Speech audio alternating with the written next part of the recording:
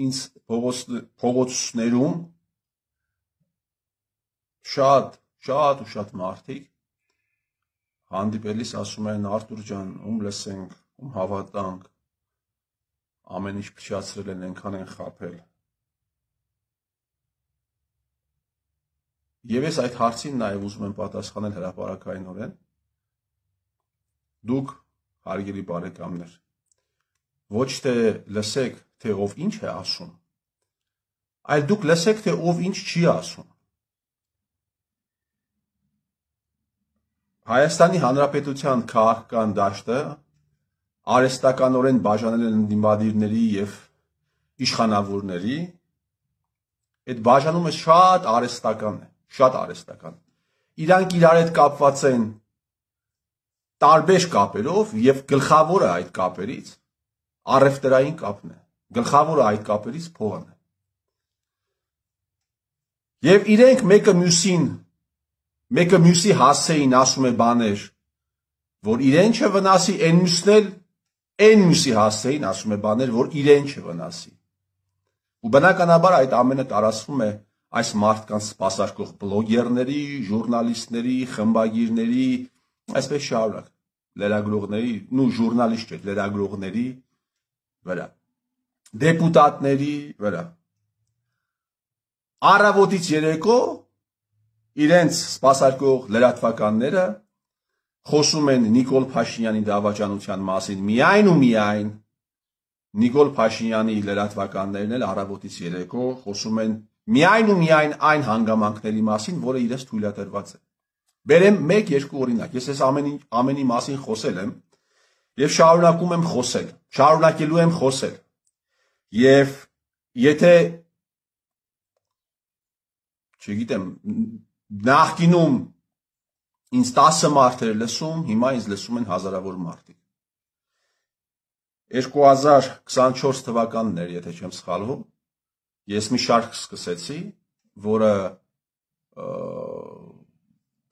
ապացուցում էր ևս մեկ անգամ, փաստարկում էր ևս մեկ անգամ հեղափոխության կեղծ լինելը,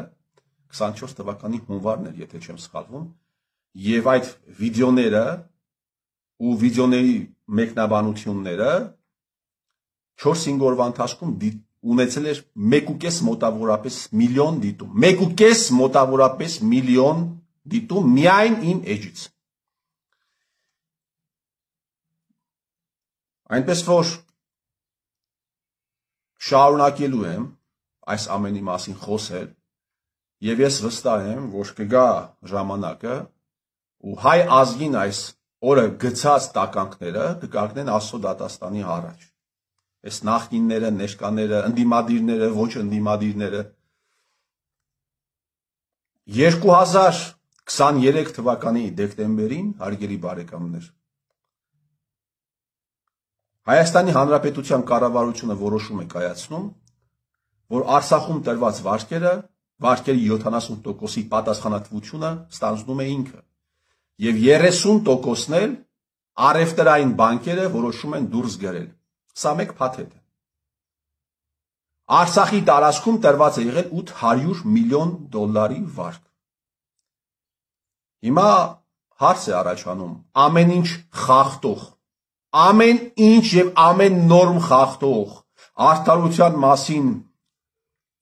խոսող, հեղափոխություն իրականացրած Սամադուր Պադդոննիկը $800 միլիոն 70%-ը պետությունն է ստանձնում, այսինքն քաղաքացին է ստանձնում։ Հիմա հարց է առաջանում, կայացրել ես այդ որոշումը, լավ ես արել։ Բայց չես ուզում հրապարակես, պարոն 16-րդ վարչապետ,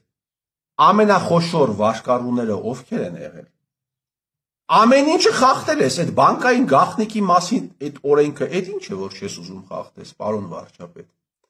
Ամեն ինչը խախտել ես, կոմերցիոն նորմերի վերաբերյալ օրենքը, այդ ինչ է, որ չես ուզում խախտես։ Էս էլ խախտի։ Ինչի՞ չես խախտում։ 2 տարի անցել է,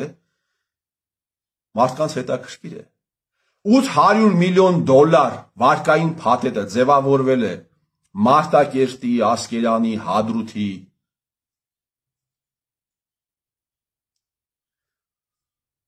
բնակիչների, ուսուցիչների սպառողական վարկերից, թե այսպես կոչված քո ասած քրյա օլիգարխիկ վիժվածքների $100,000, $800,000, $2 միլիոն վարկերից։ Բայց եթե այդպես է եղել, հրապարակի թող մարդիկ էլ իմանան, թե ում վարկերն են։ Իրենք փակում։ Իրենք համ փակում են իրենց սպառողական վարկերը, հիպոթեքային վարկերը, համ քո ասած Արցախյան կլանի վարկերը, բայց հրապարակի իմանան, ինչի՞ չես հրապարակում, որովհետև իրար հետ եք դուք, պարոն վարչապետ, որովհետև դուք իրար հետ եք, որովհետև դուք միմյանց հետ կապված եք առևտրային անխախտ կապերով եւ Երանի այն հային, հարգելի բարեկամներ, Երանի այն հային, ով կարողանա այդ կապերը կտրել, ամբողջությամբ ցուցադրել այդ ամենը ժողովրդին եւ պատժել սրանց։ Պատերազմից առաջ, հարգելի ընկերներ, եղել են մարդիկ, ովքեր իրենց հեկերը մաս-մաս վաճառել են ադրբեջանցիներին։ Այսինքն Քելբաջարի շրջանում, Լաչինում ենթադրենք հեկեր են ունեցել եւ զորքերի դուրս բերման հրաման եղել, գրաֆիկ է տրված եղել, համաձայնեցված եղել ադրբեջանցիների հետ, թե երբ պետք է զորքերը Լաչինից դուրս գան, Քելբաջարից դուրս գան եւ ճարպիկ հայերը որոշել են ադրբեջանցիների հետ կապի մեջ մտնեն, թեպետ իմ կարծիքով իրենք միշտ էլ կապի մեջ են եղել։ Եվ ասեն, մինչև այսինչ օրը, այսինչ ժամը մենք պետք է զորքերը պետք է դուրս գան, մենք այստեղ X արժեք ունեցող կապիտալներ ունենք, խնդրեմ կես X-ով ձեզ ենք վաճառում, ես մոտավորապես եմ բացատրում, հա, վիճակը, կես X-ով ձեզ ենք վաճառում, եթե չէ մենք կպայթեցնենք, կտրակացնենք, կվառենք, մի հատ վնաս կտանք, ադրբեջանցիների համար ըստ էության բան է եղել, հարմար առաջարկ եղել եւ իրենք որոշել են շատ դեպքերում իրենք որոշել են գնել հեկերը հայերից։ Հիմա այդ անձինք, հարգելի ընկերներ, ովքեր ադրբեջանցիների հետ այդ ողբերգությունից հետո մտել են առևտրային կապերի մեջ, մի հատ էլ Հայաստանի Հանրապետության կառավարությունից կոմպենսացում են ստացել։ Եվ սրա մասին առաջինը ասողներից մեկը հենց ինքը Հայաստանի Հանրապետության 16-րդ վարչապետն է եղել մամուլի ասուլիսի ժամանակ։ Դուք գիտեք, որ երբեմն Նիկոլ Փաշինյանը ջղայնանում է, ասում է բաները, որը վնասում է նաև իրեն։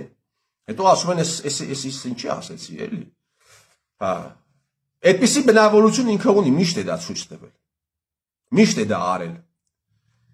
Հիշում եք մի անգամ քննիչ հանձնաժողովի ժամանակ ասած դե ես էլ եմ երբեմն մտածում, որ եկել էր Արցախը, ինչ որ Արցախի հետ կապված ոչ պոպուլյար որոշումների ժամանակ եւ իշխանությունը ուղղակի տվեցին մեզ։ Այդպիսի բաներ ինքը շատ է ասում։ Հիմա էլի եմ ասում, կարծես թե պիտի ահա ընդդիմությունը դուրս գար ասեր, այդ դու այդ դավաճաններին ինչի ես կա պետական բյուջեից կոմպենսացիոն տվել։ Իրանք պիտի դատվեին։ Այսինքն ոչ թե պիտի դատվեր Միքայել arczepiskopos-ը, այլ այն մարդիկ, ովքեր առևտրային հարաբերությունների մեջ են մտել թշնամու հետ, վաճառել են հեկերը, մի հատ էլ ուզել են կոմպենսացիոն ստանալ, սրանց այդ միայն այդ մտքի համար, հա այդ պիտի դատվեն։ Բայց դու ոչ թե դատել ես այդ մարդկանց, դու նաև փող ես տվել փաստորեն այդ մարդկանց, հա, ընդդիմության համար սա մեծ կռվան պետք է լիներ Փաշինյան Նիկոլի դեմ պայքարում, բայց ընդդիմությունը լռում է։ Որևէ ընդդիմադիր չեք կարող տեսնել, որ այս հեկերի հարցը հանկարծ պարլամենտում բարձրացրած լինի, որովհետև իրենց ղեկավարներինն է եղել ամենայն հավանականությամբ այդ հեկերը։ Մյուս կողմից, հարգելի ընկերներ, նիկոլականները պիտի դուրս գային, սլակները ուղղեին դեպի ընդդիմություն եւ ասեն, «Էս ինչ դավաճանություն եք դուք արել»։ Այս բան անելով, հա, այսպես մի քիչ գույները մքացնելով, այնտեղ զինվորները զոհվում էին ադրբեջանցիների կրակի տակ, դուք մյուս կողմից բան եք անում, վաճառում եք ձեր հեկերը, ձեր առևտրի մասին եք մտածում, եւ նաեւ իշխանությունն է լուր, իշխանական լրագրողներն են լուր, բլոգերներն են լուր, Պետրոս Ղազարյանը այս հարցի մասին երբեք չի խոսի։ Եվ սա եւս, եւ այսպիսի դրվագները շատ են, եւ սա եւս մեկ ֆրագմենտ է, ապացուցում է, որը ապացուցում է, որ սրանք իրար հետ գտնվում են լրջագույն կապի մեջ։ Եվ միայն լրագրողների միջոցով փորձում են երևալ, որ մեկը մյուսի հետ հակոտնյա են։ Կեղտոտ գործ անելու, հարգելի բարեկամներ, ընտրեցին ամենանենգ գործակալին, այդ գործակալն էլ գերակատարեց։ Հայ առաքելական եկեղեցու, այսպես հետ որ նայում ենք, հայ առաքելական եկեղեցու դեմ պայքարներ պետության կողմից իմ կարծիքով նոր չէ սկսված։ Վաղուց է սկսված եղել, դեռ Նիկոլ Փաշինյանից առաջ։ Եվ այս պայքարի ուղղորդումը ես ուղղակի վստահ եմ, այն որ ասում են թուրքերն են անում, ադրբեջանցիներն են անում, շատերն ասում են հրեաներն են անում, ոչ թուրքերն են անում, իմ կարծիքով իհարկե, իմ կարծիքով, ոչ թուրքերն են անում, ոչ ադրբեջանցիներն են անում, առավել եւս ոչ էլ հրեաներն են անում, առավել եւս ոչ էլ ռուսներն են անում։ Այլ տեղից է լրիվ այլ տեղից է, այն տեղից է, որի ղեկավարը կանչում էր Արմեն Սարգսյանին, Նիկոլ Փաշինյանին, սա իմ սուբյեկտիվ կարծիքն է, Ալիևին, Սերժ Սարգսյանին, Միքայել Մինասյանին եւ տարբեր պարգևներ էր տալիս։ Իմ կարծիքով այս պայքարը